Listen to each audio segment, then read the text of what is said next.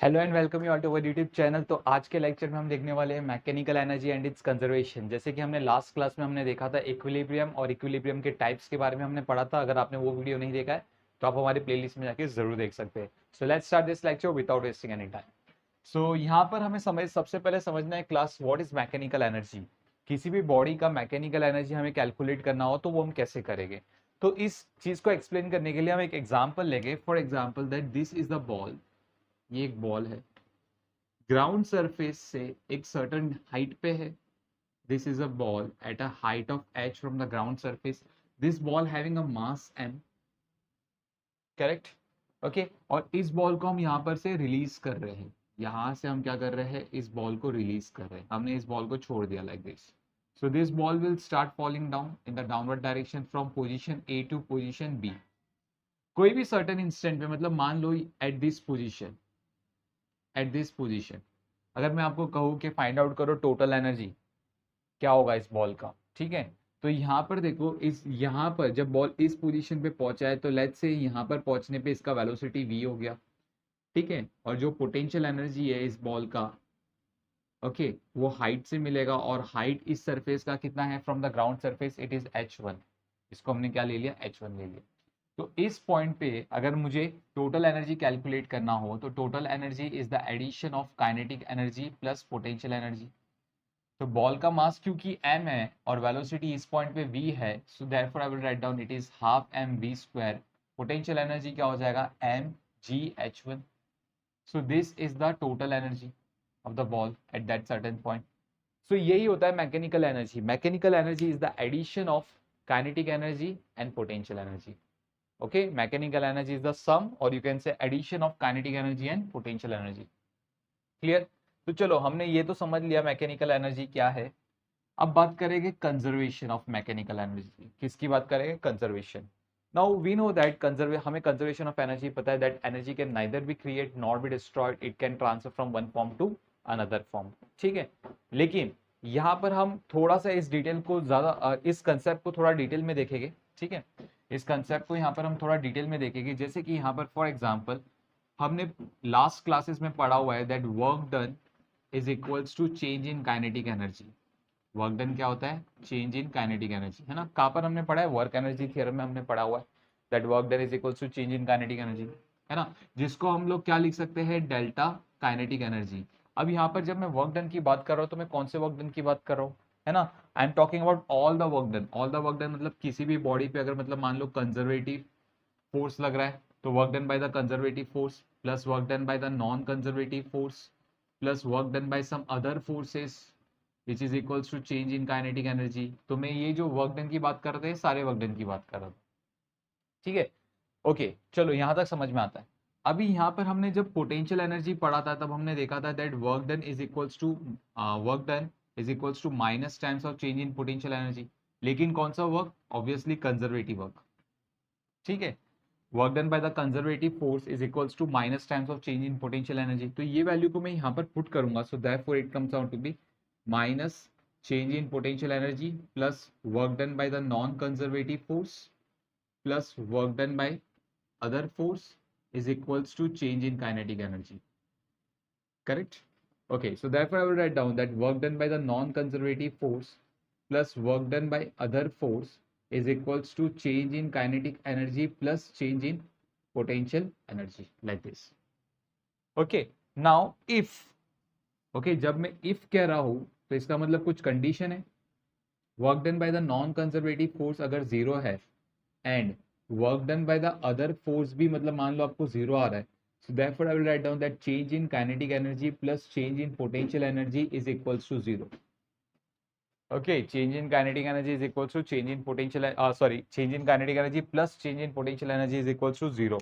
इसका मतलब क्या हुआ, that energy is conserved, there is no change in the kinetic energy plus there is no change in the potential energy। मतलब change होगा kinetic energy में, अगर कुछ चेंजेस हो रहा है पोटेंशियल एनर्जी में जो चेंजेस हो रहा है, तो इसका मतलब क्या हुआ, जो भी काइनेटिक एनर्जी में चेंज हो रहा है वो किस में कन्वर्ट हो गया, पोटेंशियल एनर्जी में कन्वर्ट हो गया।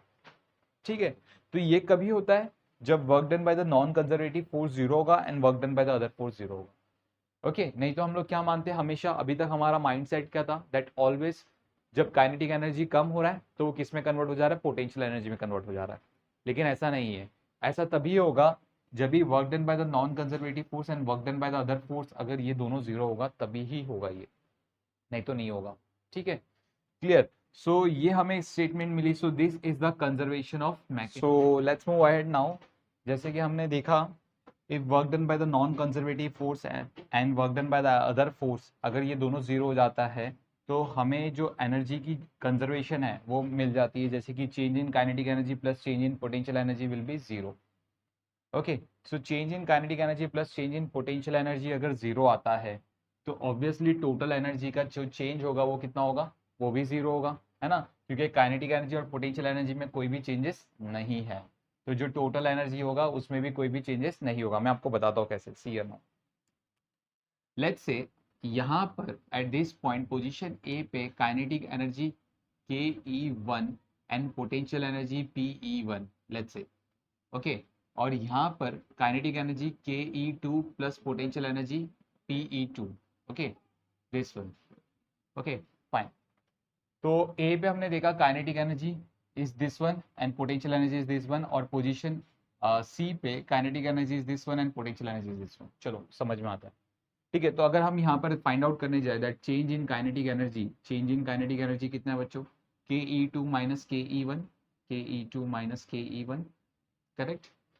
And change in potential energy अगर कैलकुलेट करने जाए तो चेंज इन पोटेंशियल एनर्जी कितना हो जाएगा, that potential energy two minus potential energy one. ठीक है, चलो समझ में आता है।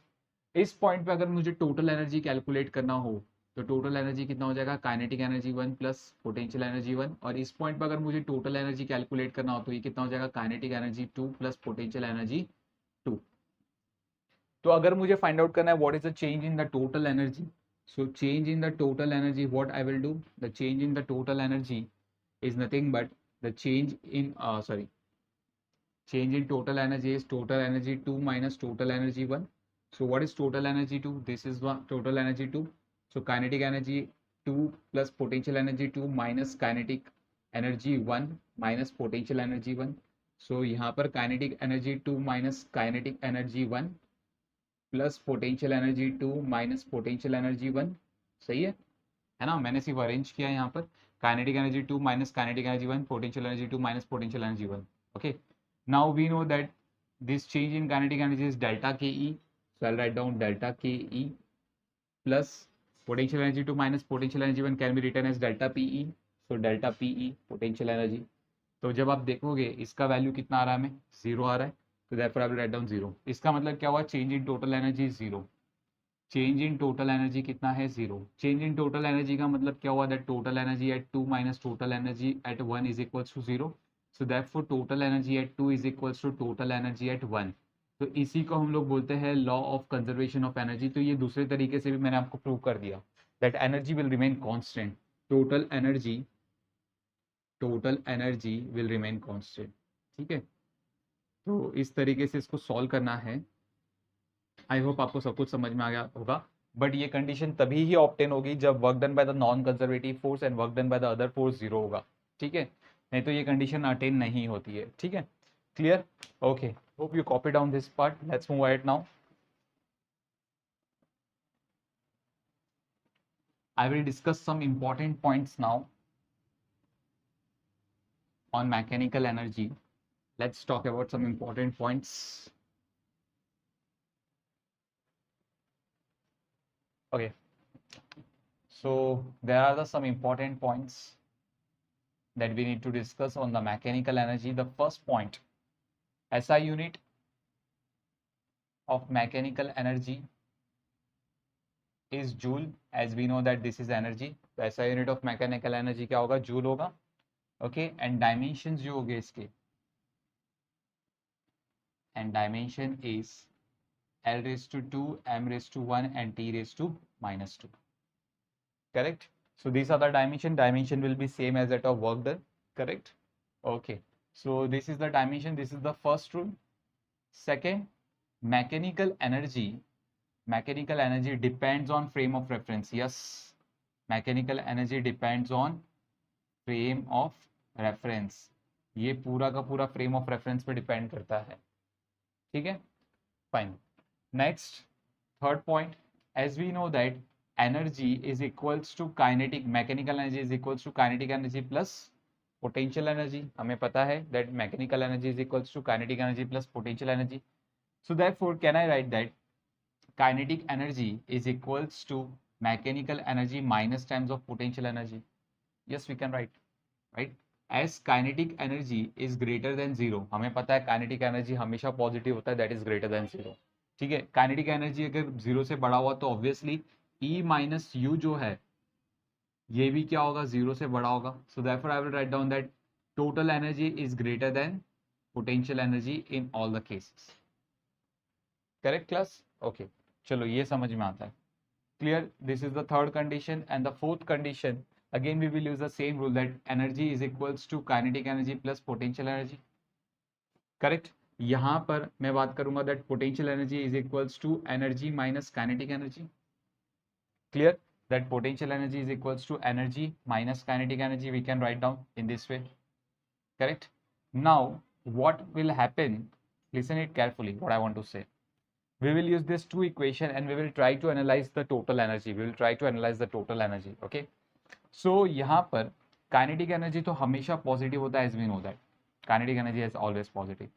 If this is condition A, if total energy, if potential energy भी अगर आपका positive है, तो ऑब्वियसली जो एनर्जी आपको मिलेगा वो भी पॉजिटिव होगा, greater than zero. Correct? If you is greater than zero, kinetic energy तो हमेशा जीरो से ऊपर ही होगा.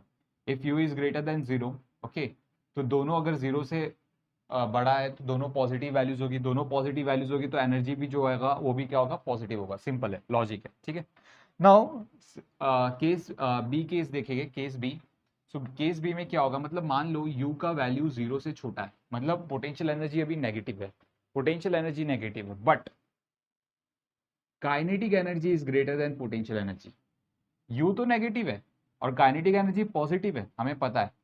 करेक्ट? तो यहां पर बोला गया that positive number is greater than negative number. Example ले लेते हैं, आपको एग्जाम्पल से समझा देता हूँ. That kinetic energy suppose 25 joules and u is equals to minus 20 joule. तो आपको जो टोटल एनर्जी आएगा, the total energy that is the addition of kinetic and potential, तो 25 माइनस 20 करोगे तो 5 जूल आएगा. सिंपल सी बात है ना. आगे आंसर सी. तो मतलब जो एनर्जी होगा वो भी क्या होगा, पॉजिटिव होगा, मतलब जीरो से बड़ा ही होगा. चलो बढ़िया. नेक्स्ट सी केस की बात करेंगे. In the C case potential energy अभी फिर से हमने नेगेटिव रखा, लेकिन इस बार जो पोटेंशियल एनर्जी है, पोटेंशियल एनर्जी की मैग्नीट्यूड की बात कर रहा हूं मैं, ठीक है, वो काइनेटिक एनर्जी से भी ज्यादा है. ठीक है. तो इसका मतलब क्या हुआ, जो एनर्जी होगा वो भी नेगेटिव होगा. मैं बताता हूँ कैसे. सी अब जैसे कि काइनेटिक एनर्जी मैंने यहाँ पर 25 जूल्स ले लिया था, सेम रखो, लेकिन इस बार पोटेंशियल एनर्जी हो गया माइनस 30 जूल. तो जब आप टोटल एनर्जी निकालोगे which is the addition of this two, that is minus 5 joule, तो देखो ये फिर से नेगेटिव आ गया. अरे बहुत सिंपल है. क्लियर? ये देखो ये फिर से नेगेटिव आ गया एनर्जी, है ना. E is equals to what, minus 5 joule, which is E total energy is less than zero. इसका मतलब क्या हुआ, ये जो स्टेट होती है जब टोटल एनर्जी आपका नेगेटिव आता है, इस स्टेट को हम बोलते हैं बाउंड स्टेट. क्या बोलते हैं हम, बाउंड स्टेट. बाउंड स्टेट का example like let's say electron revolving around the nucleus, electron is bound to the nucleus, electron revolve around the nucleus. दूसरा अगर मैं बोलूँ तो satellite revolving around the earth, satellite revolve around the earth. So these are the bound condition. मतलब एक particle किसी की वजह से बाउंड होगा और वो क्या करेगा, रेवोल्यूशन मारेगा उसके around. Clear? Fine. So here we are with our first question. So the question is, a block is placed on the top of an inclined plane, inclined at 37 degree. इस block को एकदम top पे रखा गया था. Okay.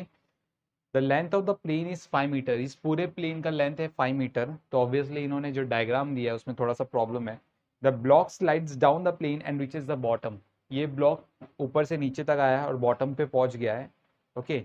Sub question है, find the speed of the block at the bottom if the inclined plane is smooth, and the sub question B, find the speed of the block at the bottom if the coefficient of friction is 0.25. okay, so I hope आपको question समझ में आ गया होगा। जब ये block bottom पे पहुंचा है तब इस ब्लॉक की स्पीड क्या होगी? In the two cases, in the first case this inclined plane is smooth, and in the second case that this inclined plane having a frictional surface, okay, and the coefficient of friction is 0.25. दोनों cases में हम लोग को find out करना है what is the velocity of the block when it reaches at the bottom.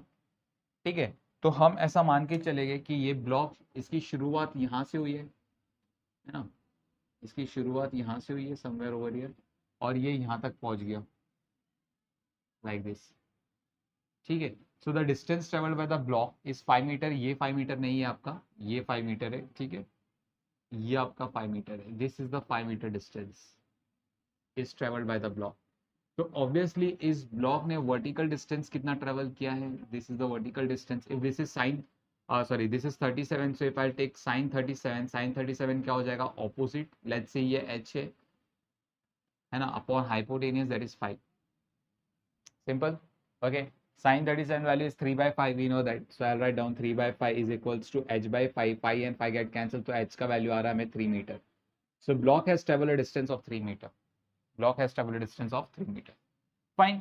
So now we will use the law of conservation of energy। जैसे कि यहाँ पर हमें पता है इस ब्लॉक को नीचे लेके जाने का काम किसने किया? ग्रेविटेशनल फोर्स ने किया। और ग्रेविटेशनल फोर्स कौन सा फोर्स होता है? कंजर्वेटिव फोर्स होता है। इसका मतलब यहाँ पर जो भी हो रहा है that is because of conservative force. Okay, so हमें पता है इफ इस ब्लॉक पे, इस पूरे सिस्टम पे अगर कंजर्वेटिव फोर्स लग रहा है means work done by the non conservative force 0 है and work done by the other force 0 है। तो इसका मतलब क्या हुआ? That change in kinetic energy plus change in potential energy, है ना, change in kinetic energy plus change in potential energy, इसका आंसर कितना आने वाला? हमें 0 आने वाला है। We know that right. तो सबसे पहले हम फाइंड आउट करेंगे what is the change in kinetic energy. So kinetic energy 2 minus kinetic energy 1 plus potential energy 2 minus potential energy 1। Now what is 2 and 1, है ना। यहाँ पर हम क्या करेंगे? दिस इज, यहाँ पर काइनेटिक एनर्जी 1 होगा और पोटेंशियल एनर्जी 1 होगा, यहाँ पर काइनेटिक एनर्जी 2 होगा और यहाँ पर पोटेंशियल एनर्जी आपका 2 होगा। ठीक है, तो यहाँ पर हमें पता है इस ब्लॉक के पास एक अच्छी खासी वेलोसिटी है, मास m है, तो काइनेटिक एनर्जी 2 हो गया आपका हाफ mv²। उस पॉइंट पे हमने ब्लॉक को होल्ड करके रखा था जिसकी वजह से उसकी वेलोसिटी 0 थी। तो अगर उसकी वेलोसिटी 0 है तो obviously kinetic energy at position 1 is 0, है ना। यहाँ पर कोई एनर्जी ही नहीं होगी इस ब्लॉक के पास, करेक्ट, क्लियर, क्योंकि वहां पर हमने इस ब्लॉक को होल्ड करके रखा था जिसके पास, उसके पास कोई वेलोसिटी नहीं था। अगर वेलोसिटी नहीं होगा तो हमें काइनेटिक एनर्जी का फॉर्मूला पता है हाफ mv², वेलोसिटी नहीं है तो काइनेटिक एनर्जी 0। चलो समझ में आता है। अब बात करेंगे पोटेंशियल एनर्जी एट पोजीशन 2, ये पॉइंट पे। As we know that block reaches the ground surface और इस लेवल पे हम पोटेंशियल एनर्जी 0 मान के चल रहे हैं, तो ऑब्वियसली ग्राउंड सरफेस पे पोटेंशियल एनर्जी हो गया आपका 0, करेक्ट। अच्छा, यहाँ पर इक्वल्स टू 0 लिखना भूल गया। माइनस पोटेंशियल एनर्जी एट 1, मतलब यहाँ पर पोटेंशियल एनर्जी निकालना है। We know that the formula for the potential energy is mgh, gravitational potential energy, correct. So minus potential energy at position 1 is mgh, which is equals to 0. So therefore I will write down it is half mv² is equals to mgh, where m get cancelled. So v² is equals to 2gh, correct. So therefore I will write down v is equals to under root of 2gh. So now putting the values, 2g का value is 10 and the value of h is 3, correct, है ना। तो यहाँ पर हमें ये मिलेगा कम 3 2 6, 6 into 10 comes out to be 60. Okay, this is the value what we are getting. So root 60 meter per second, or you can say that 2 root 15 meter per second, कुछ भी बोलो, यही आंसर है आपका फॉर द फर्स्ट केस जब surface क्या है? Smooth है। ओके फाइन, चलो इतना समझ में आता है। Now let's move to the second case. Sub question B की तरफ बढ़ते हैं। हम ये हाइट लिख देते हैं that it is, height is 3 metre side में, दैट हाइट इज 3 मीटर, ठीक है, and we will rub this part.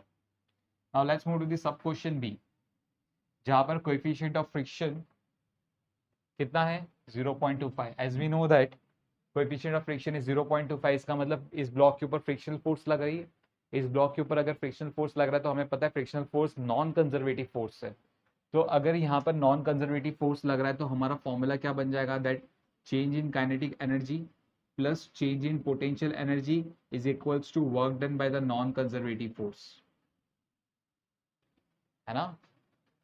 Change in kinetic energy plus change in potential energy फिर से कैलकुलेट नहीं करेंगे सी लेफ्ट हैंड साइड हमें calculate करके ये इक्वेशन दे रहा है, that is half M V square minus M G H, तो वो मैं डायरेक्टली लिख दूंगा यहाँ पर. सो that is half M V square minus M G H. Correct. Good. Next, we will try to find out work done by the non-conservative force. Okay, let's try to find out work done by the non-conservative force. अब क्योंकि ये block नीचे आ रहा है तो frictional force is in this direction, this is the direction of frictional force. Correct. इस block का जो वेट होगा, या मैं यहाँ पर बना देता हूँ that this is the weight of the block mg. इसको रिजॉल्व करेंगे into two components, one is this one and another is this one. So this component become mg cos 37. Yeah, mg cos 37. Okay, this is the normal reaction n, और इस पे frictional force यहाँ पर लगेगा. तो n का जो value है दैट इज mg cos 37. मैं यहाँ पर लिख देता हूँ that n is equals to mg cos 37. And जो फ्रिक्शनल फोर्स होगा वो आपका क्या होगा, म्यू एन होगा. म्यू का वैल्यू है 0.25, दैट इज 1/4, जिसको आप 1/4 भी लिख सकते हो. और ये हो गया mg cos 37 का वैल्यू होता है 4/5. 4 and 4 गेट कैंसिल, तो ये आ रहा है हमें mg/5. So that is your frictional force. Okay okay class. तो अभी हमें फ्रिक्शनल फोर्स आ गया है. Work done by the non conservative force is force into displacement into cos theta, है ना. फोर्स और displacement, see force is in the right direction and the displacement in the left direction. तो theta का value हमें पता है 180 degree है. तो I write down cos 180. cos 180 we know that -1, so minus लिख दिया मैंने. फोर्स की वैल्यू कितनी है हमारे पास, mg/5. So I write down mg/5. और डिस्प्लेसमेंट कितना है, 5 मीटर का डिस्प्लेसमेंट है. सो 5 and 5 गेट कैंसिल, है ना. और यहाँ से half M V square minus M G H, M M and M get cancel. Correct. तो ये हो गया V square by 2 is equals to, यहाँ पर है माइनस जी, है ना. और जी एच को आप यहाँ पर भेजोगे तो plus g h. Clear. So now putting the values. So पहले 2 को वहाँ पर लेके जाओ. So v square is equals to 2gh minus 2g. So 2 into the value of g is 10, the value of h is 3, minus 2 into 10. Correct. Okay, so 2 into 10 20, 20 into 3 60, 60 minus 20 comes out to be 40. So 40 हो गया. So जो v का value आ गया आपको, v का value is under root of 40 which is 2√10 meter per second. So that is your answer. Clear. Copy down this, then we'll do the next question. So let's do next question. So the question is, let me open the question. Yeah, question is, a smooth block of mass m is released from a height h. It slides and compresses the spring of stiffness k. Find the maximum compression in the spring. Taking block spring as a system, no external force is doing work on the system and no non-conservative force is present. The mechanical energy should be conserved. Delta k plus delta u is equals to 0. चलो nice. तो ये हमारा question है. हमें find out करना है what is the maximum compression in the spring. जब ये ब्लॉक आके स्प्रिंग से टकराएगा तो स्प्रिंग ऑब्वियसली कंप्रेस होगी. सी ये जो ब्लॉक की मूवमेंट होगी ये ऐसे आएगी, स्प्रिंग से टकराएगी और स्प्रिंग क्या होगी, कंप्रेस होगी. हमें फाइंड आउट करना है कि मैक्सिमम कंप्रेशन स्प्रिंग में कितना हुआ है. That is the question mark. ठीक है. चलो, so let's try to analyse this question. Now class listen carefully. Okay, जब ये ब्लॉक यहाँ पर है तो इस ब्लॉक के पास पोटेंशियल एनर्जी कितनी है. Right now the potential energy at position 1, the potential energy of the block is mgh. चलो समझ में आता है. स्प्रिंग अभी रिलैक्स कंडीशन में है तो स्प्रिंग के पास पोटेंशियल एनर्जी कितनी है. So potential energy with the spring, या potential energy with the spring is equals to 0. कोई पोटेंशियल एनर्जी ही नहीं है स्प्रिंग के पास. करेक्ट, क्योंकि स्प्रिंग रिलैक्स कंडीशन में है. अब हम क्या करेंगे, इस ब्लॉक को रिलीज करेंगे. इस ब्लॉक को जैसे ही रिलीज किया, ये ब्लॉक ऐसे नीचे आया, इसने स्प्रिंग को दबाना चालू किया और स्प्रिंग काफी हद तक दबा भी. ठीक है. तो मैं आपको नेक्स्ट डायग्राम बताने की कोशिश करता हूं कि इसके बाद क्या हुआ स्प्रिंग के साथ.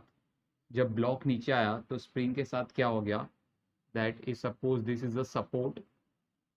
ओके, ये आपका स्प्रिंग था, स्प्रिंग दब गया लाइक दिस. ये स्प्रिंग आपका यहाँ पर आ गया लाइक दिस. तो ये आपका ब्लॉक है जिसका मास था m. तो स्प्रिंग कंप्रेस हो गया, एज यू कैन सी यहाँ पर देख रहे हो आप. तो ये स्प्रिंग आपका कंप्रेस हो गया है लाइक दिस. ये पोजीशन से हट के स्प्रिंग यहाँ पर आ गया. ओके, इसने मतलब ये ब्लॉक ने मैक्सिमम स्प्रिंग को इतना दबाया और यहाँ पर आके ब्लॉक रुक गया.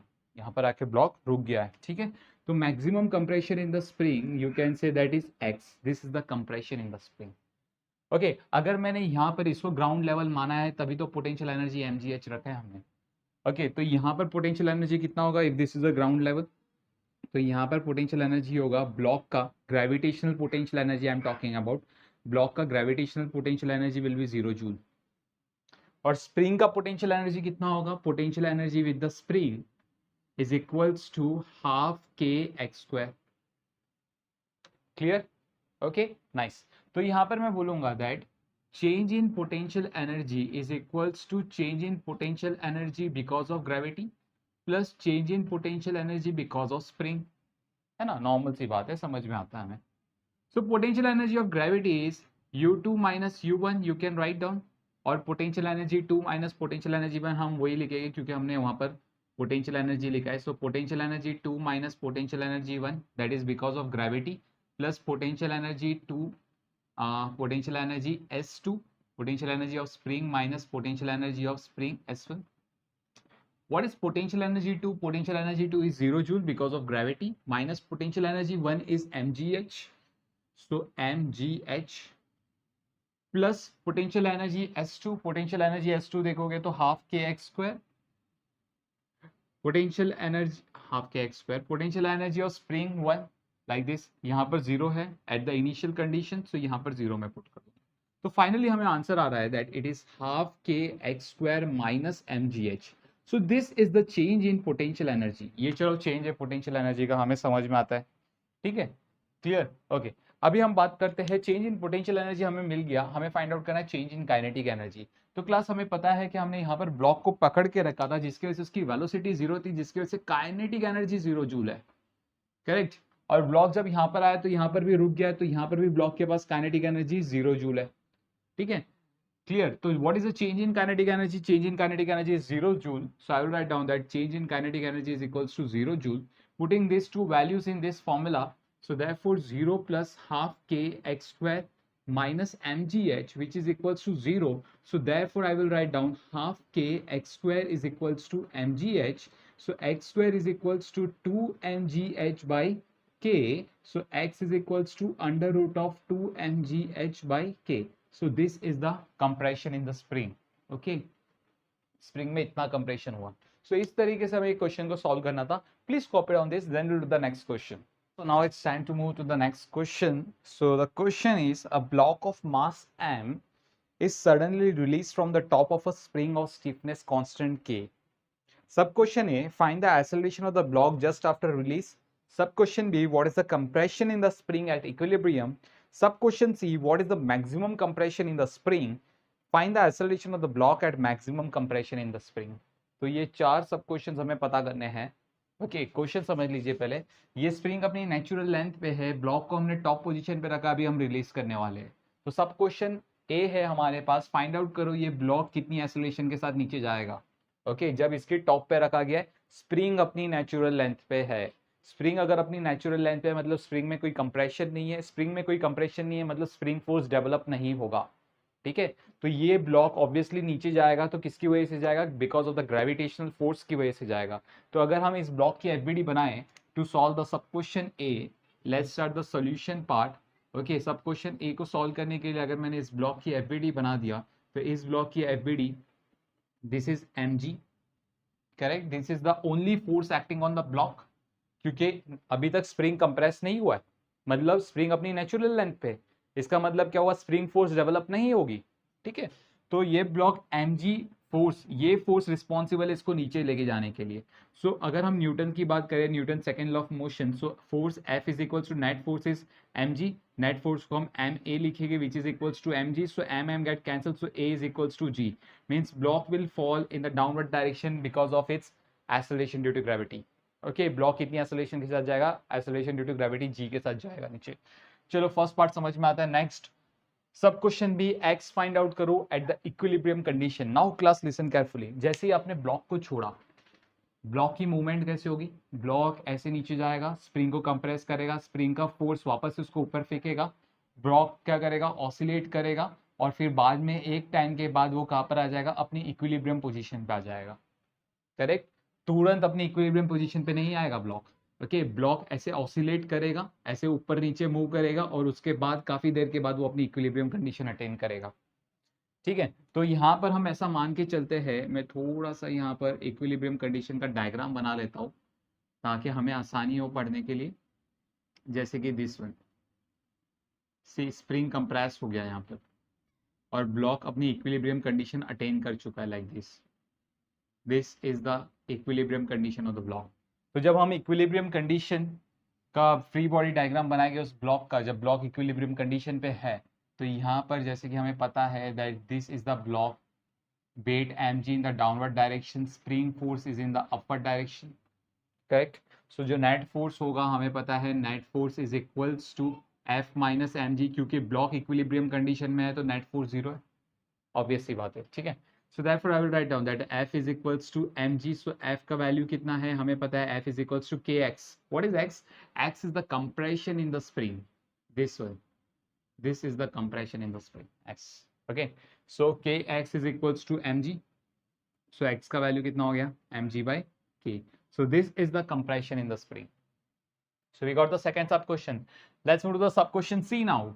Okay, sub question C. अब जैसे कि मैंने आपको कहा था कि ये जो ब्लॉक है जब आपने इसको रिलीज किया तो ये ऐसे नीचे जाएगा, फिर यहाँ से ऊपर आएगा, फिर नीचे जाएगा, फिर ऊपर आएगा, फिर नीचे जाएगा और काफी देर के बाद इक्विलिब्रियम कंडीशन अटेन करेगा।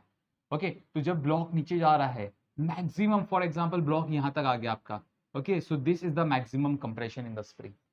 मैक्सिमम ब्लॉक ने स्प्रिंग को यहाँ तक दबा दिया। ठीक है, तो अगर मैं यहाँ पर इसकी ब्लॉक डायग्राम बनाने जाऊँ, सो ये इसका ब्लॉक डायग्राम हो जाएगा, next diagram like this. So ये आपका कंप्रेशन है, मैक्सिमम कंप्रेशन। ओके, इतना ब्लॉक ने दबा दिया उसको। ठीक है, let's try to find out what is a maximum compression. ठीक है, मैक्सिमम कंप्रेशन कितना हो गया ये पता करते हैं हम लोग। ओके, सो यहाँ पर हम लोग ले लेते हैं that this is the maximum compression in the spring, x max. ठीक है, एक्स मैक्स ले लिया यहाँ पर, this is m, clear? Okay, good. So now यहाँ पर हम क्या यूज करेंगे, we will use the law of conservation of energy. The change in kinetic energy plus change in potential energy is equals to zero. So change in kinetic energy plus change in potential energy is equals to zero. Kinetic energy की बात करेंगे, यहाँ पर block की velocity zero थी तो initial kinetic energy zero है। जब ब्लॉक को हमने रिलीज किया, ब्लॉक यहाँ पर आ गया। अब इस पॉइंट के बाद ब्लॉक अपनी डायरेक्शन बदल के ऊपर की तरफ आएगा। ओके, तो ब्लॉक जब नीचे आ रहा है तो यहाँ पर कुछ मूवमेंट के लिए ब्लॉक क्या हो जाता है, रुक जाता है। ठीक है, क्योंकि अगर जब भी बॉडी को अपनी डायरेक्शन रिवर्स करनी होती तो उसे फॉर अ मूवमेंट रुकना पड़ता है। ठीक है, फॉर अ मूवमेंट रुकना पड़ता है, तो ये पोजीशन पे ब्लॉक रुक गया तो इसका मतलब ये पॉइंट पे भी वेलोसिटी जीरो है, जिसकी वजह से काइनेटिक एनर्जी भी जीरो है। तो इसका मतलब इनिशियल काइनेटिक एनर्जी तो जीरो था ही, फाइनल काइनेटिक एनर्जी भी जीरो हो गया, तो चेंज इन काइनेटिक एनर्जी कितना है, 0 जूल है। ओके, तो हमें मिल गया that change in kinetic energy तो भाई 0 जूल है, कोई दिक्कत वाला काम ही नहीं है ना। अब बात करेंगे change in potential energy, correct. तो चेंज इन पोटेंशियल एनर्जी की अगर मैं बात करूं, यहाँ पर अभी हम इस चीज को फाइंड आउट करने की कोशिश करेंगे। तो यहाँ पर सबसे पहले देखोगे, अगर मैंने इसको ग्राउंड लेवल मान लिया है, चलो हम इसको ग्राउंड लेवल मान लेते हैं, ये आपका ग्राउंड लेवल है। ग्राउंड लेवल मतलब यहाँ पर पोटेंशियल एनर्जी आपका 0 जूल है, क्लियर? ओके, तो ये अगर आपका ग्राउंड लेवल है और इस स्प्रिंग का जो नेचुरल लेंथ है, लेट्स से मैंने एल ले लिया, L is the natural length of the spring, this one. ठीक है, L is the natural length of the spring. तो यहाँ पर पोटेंशियल एनर्जी कितना है, gravitational potential energy I am talking about, it is mgl। समझ में आता है? ठीक है, what is the gravitational potential energy because of spring, that is zero. क्यों जीरो? क्योंकि स्प्रिंग अपनी नेचुरल लेंथ पे है। अब इस पॉइंट की बात करेंगे, इस पॉइंट पे ग्रेविटेशनल पोटेंशियल एनर्जी कितना होगा, यहाँ पर लिख देता हूँ ग्रेविटेशनल पोटेंशियल एनर्जी। इस पॉइंट का हाइट कितना है ग्राउंड लेवल से, it is L minus x max. तो I will write down mg L minus x max, है ना। ये देखो, L को x से माइनस करो, आपको ये हाइट मिल जाएगी, लॉजिक। ओके, सो यहाँ पर चलो ग्रेविटेशनल पोटेंशियल एनर्जी 2 मिल गया। Gravitational potential energy 2 of spring means final potential, sorry not gravitational potential energy, spring potential energy. Okay, so spring की पोटेंशियल एनर्जी कितनी होगी, half k x max square, correct. Okay, good. So यहाँ पर change in potential energy find out करने के लिए हम क्या करेंगे, change in potential energy because of gravity plus change in potential energy because of spring. ठीक है, यहाँ पर ग्रेविटी लिख देते जी। ओके, तो ग्रेविटेशनल पोटेंशियल एनर्जी कितना चेंज हुआ, आई will write down U2 minus U1 और स्प्रिंग के लिए हम लोग लिखेंगे U2s माइनस U1s। ओके, तो what is the value of U2, it is mgl minus mg x max, है ना, माइनस U1 का वैल्यू कितना है mgl, चलो बढ़िया। U2s का वैल्यू कितना है हाफ के x max square, so I will write down half के x max स्क्वायर। U1s का वैल्यू कितना है, जीरो है, तो जीरो को जीरो लिख दो, कोई दिक्कत नहीं है। सो mgl minus mgl get cancel out, correct. तो डेल्टा यू का वैल्यू आपको मिल गया है, यहाँ पर पुट कर दो, डेल्टा के का वैल्यू जीरो, डेल्टा यू की वैल्यू ये वाली वैल्यू पुट कर दो। सो ये हो गया half k x max square minus M g x max is equals to zero, correct. तो हमें ये इक्वेशन आ रहा है, तो यहाँ से हम क्या करेंगे, वी विल टेक एक्स, हम एक्स मैक्स को कॉमन ले लेंगे। सो therefore I will write down that x max को अगर हमने कॉमन ले लिया तो अंदर क्या मिला, half k x max minus M g which is equals to zero. तो यहाँ पर एक्स मैक्स की वैल्यू जीरो हो सकती है, जो पॉसिबल नहीं है, तो एक्स मैक्स की वैल्यू जीरो नहीं होगी। तो half k x max minus M g is equals to zero, so I will write down that half k x max minus mg is equals to 0, so therefore I will write down half k x max is equals to mg। तो x max का value आपको मिल गया, that is 2 mg by k, so this is your answer guys। okay, सब question D बाकी है अभी हमारा। Okay, सो सब क्वेश्चन डी में क्या है, एक्सेलरेशन फाइंड आउट करना एट द मैक्सिमम कंप्रेशन, मतलब ये पॉइंट पे फाइंड आउट करो what is the acceleration. Okay, तो यहाँ पर अभी हमें पता है, क्या पता है कि इस पॉइंट के बाद ये ब्लॉक ऊपर की तरफ मूव करेगा, ठीक है, क्योंकि ये ब्लॉक ऑसिलेट करेगा ना लाइक दिस, तो इस पॉइंट के बाद ब्लॉक ऊपर की तरफ मूव करेगा। तो ऊपर की तरफ क्यों मूव कर रहा है class, because of spring force, ये स्प्रिंग फोर्स ही इसको ऊपर लेके जाने में मदद करेगा। ओके, और ये है इसका वेट दैट इज mg, और ये ब्लॉक कहाँ पर जाएगा, ऊपर जाएगा, हमें पता है। So therefore I will write down इस ब्लॉक की एबिलिटी तो हमने बना दिया है, और ये ऊपर जा रहा है, लेट्स से ये ऊपर जाएगा विद एन एक्सेलरेशन a, तो यही एक्सेलरेशन हम पता करेंगे। So therefore I will write down that fs minus mg is equals to ma, correct, good. So acceleration is equals to fs minus mg upon m।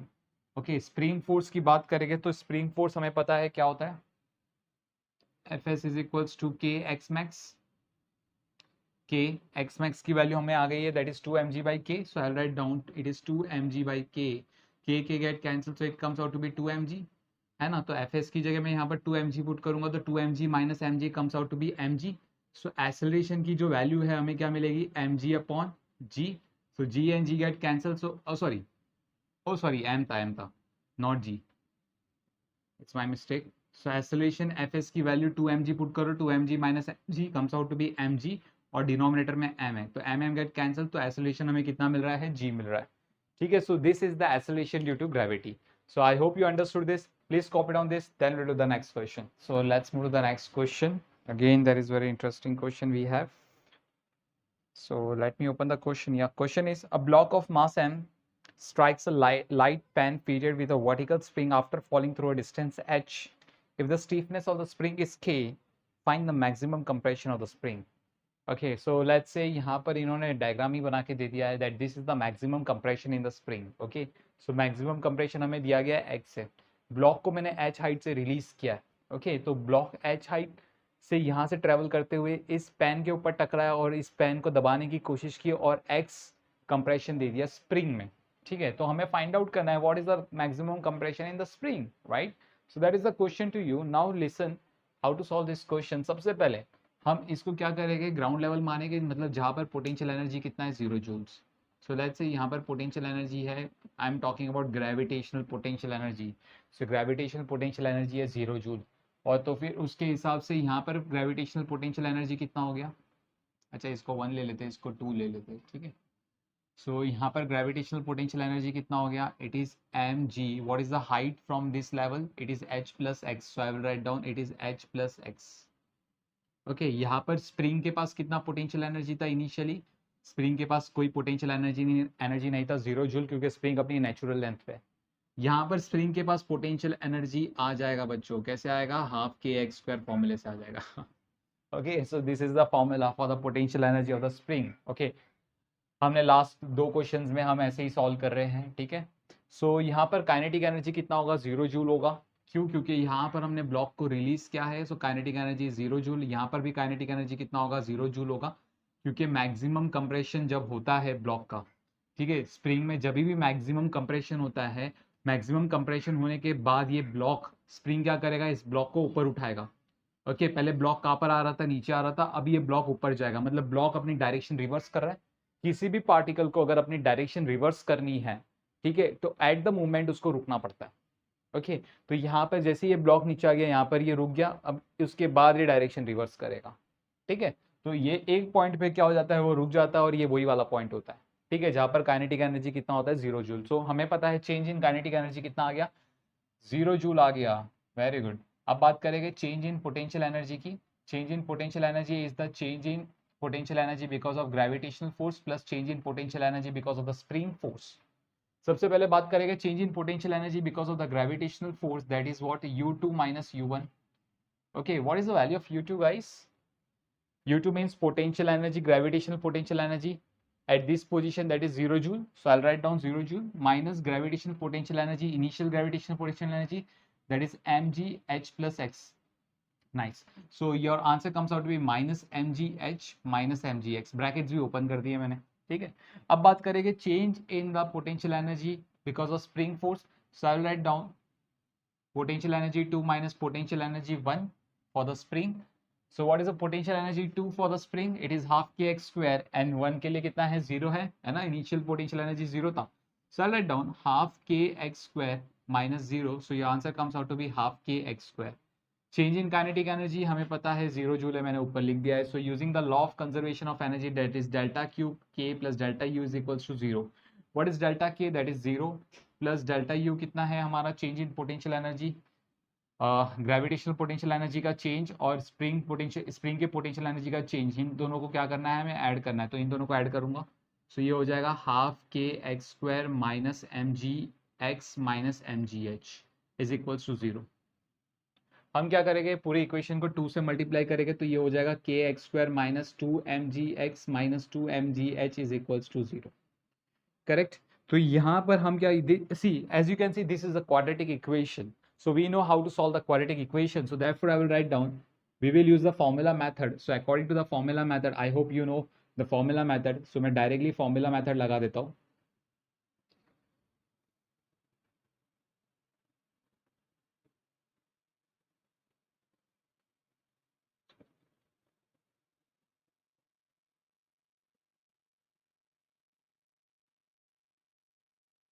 Yeah, so according to the formula method, so this is the compression in the spring.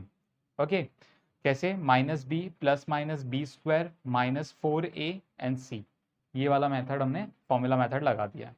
Clear? Okay, good. सो इतना compression है किसमें, spring में। So in this way we need to calculate this. Okay, so please copy down, then will do the next question. So it's time to solve the next question. So the question is, two blocks of masses m, small m and capital M, connected by a light spring of stiffness K, are capped on a smooth horizontal surface as shown in the figure. What should be the initial compression of the spring so that the system will be about to break off the surface after releasing the block M1?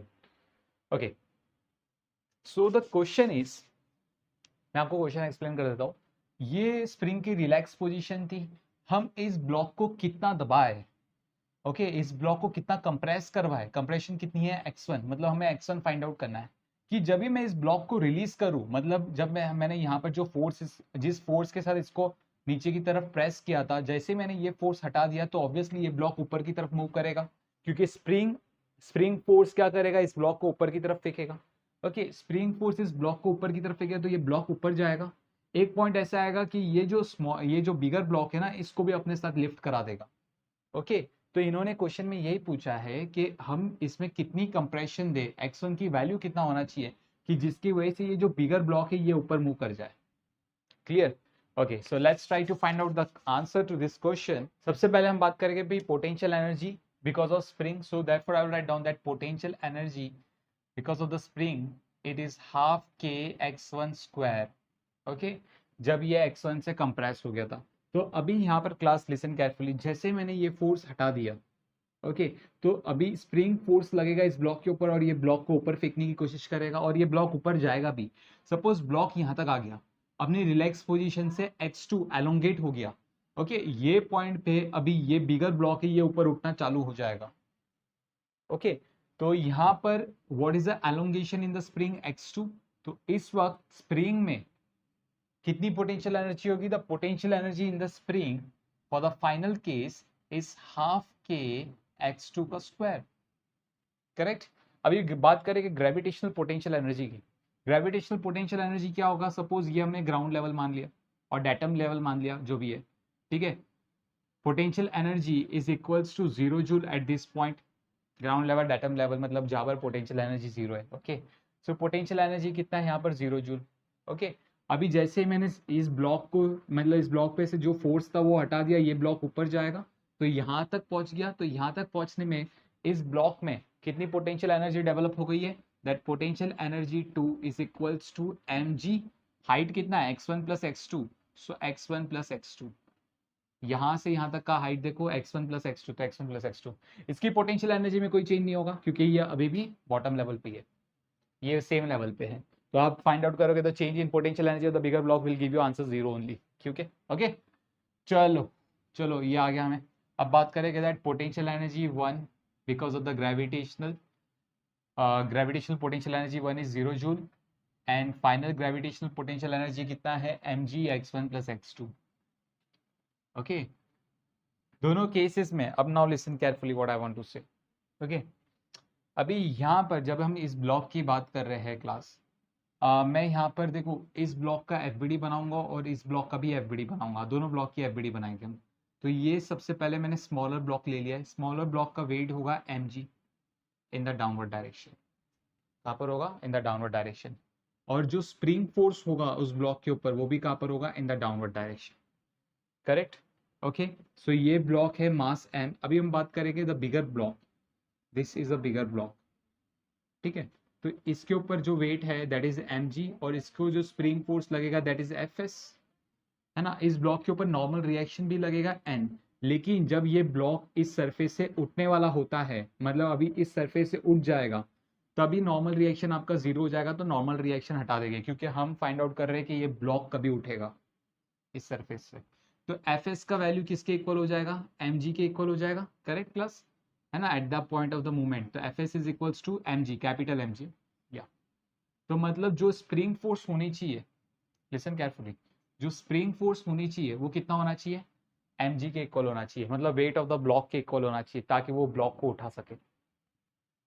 चलो, nice, good. So therefore हमें पता है that spring force at this point of the moment, जब block ही उठने वाला है, elongation कितना है स्प्रिंग में? x2। तो I will write down kx2 is equals to mg। तो x2 का वैल्यू हमें आ गया that is mg by k।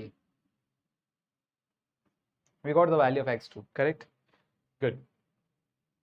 Okay, तो अभी हमारे पास x2 है लेकिन प्रॉब्लम इज x1। अभी तक हमारे पास x1 नहीं है, तो अभी हमें x1 फाइंड आउट करना पड़ेगा।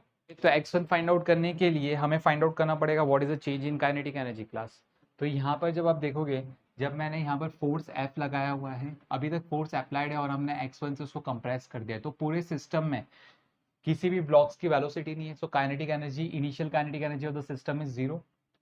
जब आप फाइनल पोजीशन की बात करोगे तो फाइनल पोजीशन में भी वो फाइनल काइनेटिक एनर्जी कितनी हो जाएगी? 0 हो जाएगी। बिकॉज फाइनल पोजीशंस में भी, इन दिस केस ऑल्सो, यहाँ पर भी ब्लॉक्स के पास कोई वेलोसिटी नहीं है। ठीक है, so in both the cases, so I will write down that change in kinetic energy is equals to 0 joule. Change in kinetic energy कितना हो जाएगा? 0 जूल हो जाएगा। अब बात करेंगे चेंज इन पोटेंशियल एनर्जी की। तो change in potential energy is because of change in potential energy because of the gravity plus change in potential energy because of spring.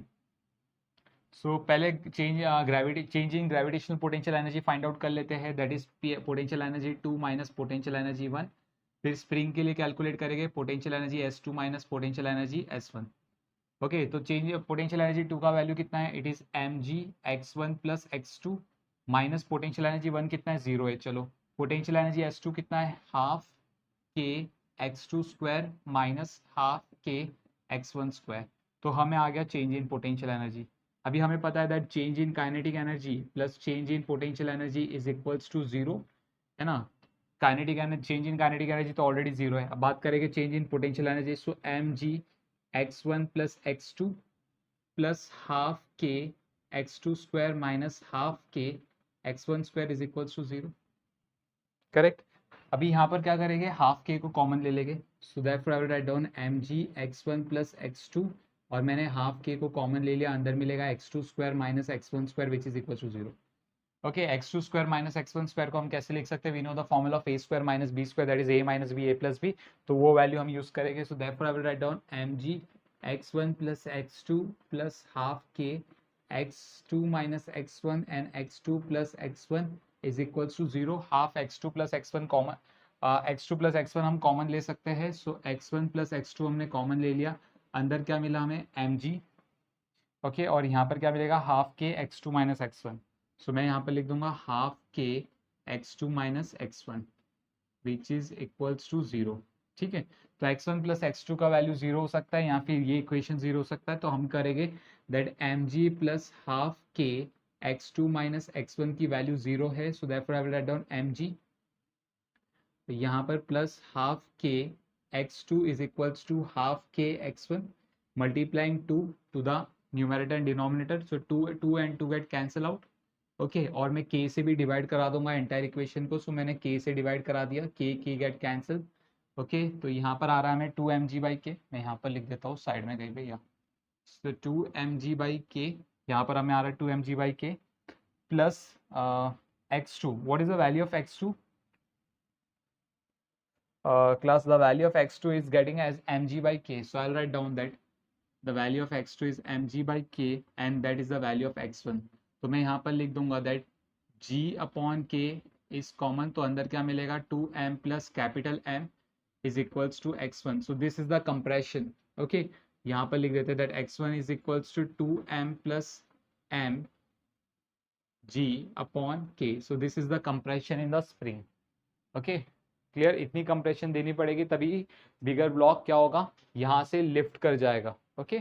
So please copy down this, then we'll do the next question. So it's time to solve the last question for the day. So the question is, a chain of length L and mass M is held on a frictionless table with 1 upon n of its length hanging over the edge.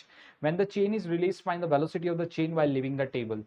सबसे पहले हम question समझेंगे कि question क्या पूछा है। जैसे कि हमें पूछा गया है कि ये जो चेन है, ठीक है, इसका L/N पार्ट हैंग्ड हो रहा है ओवर द टेबल, ओके, और इस चेन का, पूरे चेन का मास कितना है m, और इस पूरे चेन का लेंथ है L, क्लियर, ओके। तो हमें पूछा गया है कि जब इस चेन को रिलीज कर दिया गया, मतलब पहले मैंने पकड़ के रखा है, जैसे मैंने इसको रिलीज कर दिया तो ऑब्वियसली चेन राइट की तरफ जाएगा, है ना, यहाँ ये वाला जो पार्ट है ये राइट की तरफ जाएगा, क्योंकि ये वाला पार्ट है नीचे की तरफ जा रहा है, because of its weight, weight इसको नीचे की तरफ लेके जाएगा, जिसकी वजह से ये पार्ट राइट की तरफ जाएगा, और एक पॉइंट ऐसा आएगा कि ये चेन टेबल को छोड़ देगा, इस चेन का जो लास्ट पीस है वो भी क्या करेगा, टेबल को छोड़ देगा, करेक्ट। तो हमें फाइंड आउट करना है जब इस चेन का जो लास्ट पीस है, जब वो लास्ट पीस इस टेबल को छोड़ेगा तो उस वक्त चेन की स्पीड क्या रही होगी, ये चीज हमें पता करनी है, okay. So now class listen carefully, सबसे पहले हम फाइंड आउट करेंगे जो ये हैंगिंग पार्ट है चेन का, इसका मास कितना है। सो लेट्स से इसका मास स्मॉल m ले लिया, अज्यूम किया मैंने कि इसका मास क्या है, स्मॉल m, करेक्ट।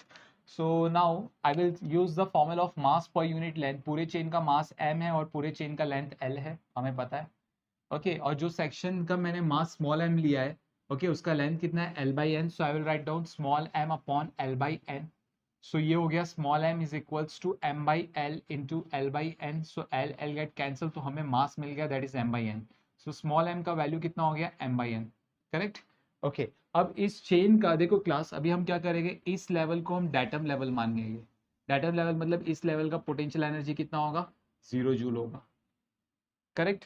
तो इस जो हैंगिंग पार्ट है, जो चेन का हैंगिंग पार्ट है, उसका सेंटर ऑफ मास यहाँ पर कहीं पे आएगा, which is at a distance of L/2n from the datum level, this one.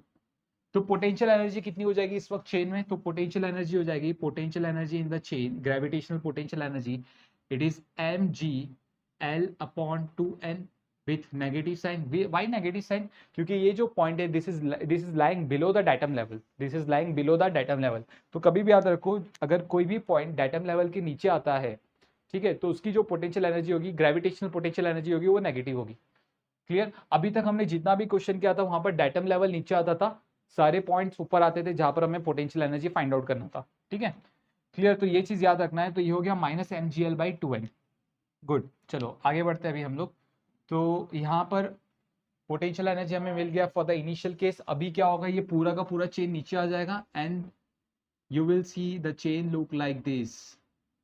यहाँ पर चेन कुछ इस तरीके से आ गया। ठीक है, तो ये चेन का होगा सेंटर ऑफ मास, करेक्ट, और पूरे चेन का लेंथ कितना है L। तो इसका मतलब इसका जो डिस्टेंस होगा डेटम लेवल से वो कितना होगा L/2। Okay, so what will be the potential energy now? Potential energy 2 is mgl/2 with negative sign because फिर से center of mass below the atom level है। ठीक है, तो यहाँ पर क्लास स्मॉल m की वैल्यू पुट करेंगे, दैट इज m/n। तो m/n मैंने पुट कर दिया gl/2n, तो ये हो गया minus mgl/2n square. So this is the potential energy 1 and this is the potential energy 2. So we will try to find out what is the change in potential energy. So change in potential energy is potential energy 2 minus potential energy 1. Potential energy 2 is minus mgl/2. Potential energy 1 is this one, minus mgl/2n square. So ये हो गया minus mgl/2n square.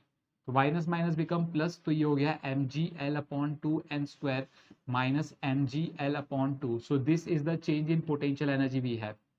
Okay, now we will try to find out the change in kinetic energy. As we know that जब मैंने इस chain को पकड़ के रखा था तो उस चेन के पास कोई वेलोसिटी नहीं था, जिसकी वजह से इनिशियल काइनेटिक एनर्जी चेन का 0 जूल रहा होगा। फाइनल काइनेटिक एनर्जी जब चेन इस पोजीशन पे आ गया, तो चेन इस वेलोसिटी के साथ नीचे जा रहा है, तो फाइनल काइनेटिक एनर्जी हो जाएगा हमारा half mv square. So the change in kinetic energy comes out to be half mv square minus 0, so it comes out to be half mv square. So therefore I will write down the change in kinetic energy plus change in potential energy using the law of conservation of energy. Change in kinetic energy plus change in potential energy is equals to 0. सही है, तो change in kinetic energy की हम बात करेंगे जो हमें आ रहा है हाफ mv स्क्वायर, है ना, और चेंज इन पोटेंशियल एनर्जी हमें ये इक्वेशन आ रहा है, that is mgl/2n square minus mgl/2 which is equals to 0. This is not small m, this is capital M. पूरे चेन का मास लेना हमें। ओके, यहाँ पर भी हम कैपिटल M कर देते हैं, this is capital M. Fine, good. तो अभी हम यहाँ पर क्या करेंगे, सारे टर्म्स को, सिर्फ वेलोसिटी वाला जो टर्म है उसको यहाँ पर रखेंगे, बाकी सारे टर्म को राइट हैंड साइड भेज देंगे, करेक्ट। तो यहाँ पर जब मैंने इसको राइट हैंड साइड भेज दिया तो आई थिंक सो हमें कुछ इक्वेशन ऐसे मिल रहा है, that is half mv square which is equals to mgl/2 1 minus 1/n square. यहाँ पर मैंने mgl/2 कॉमन भी ले लिया है, ठीक है, तो मुझे ऐसा कुछ टर्म मिल रहा है। m get cancel, 2 get cancel, तो हमें मिला है v is equals to square root of gl 1 minus 1/n square. So this is the value of v। तो चेन इस वेलोसिटी के साथ नीचे आएगा। Okay, so with this we will complete our lecture, today's lecture. So I hope you like this lecture class. If you like this lecture, then please share with your friend and subscribe our channel. Thank you so much.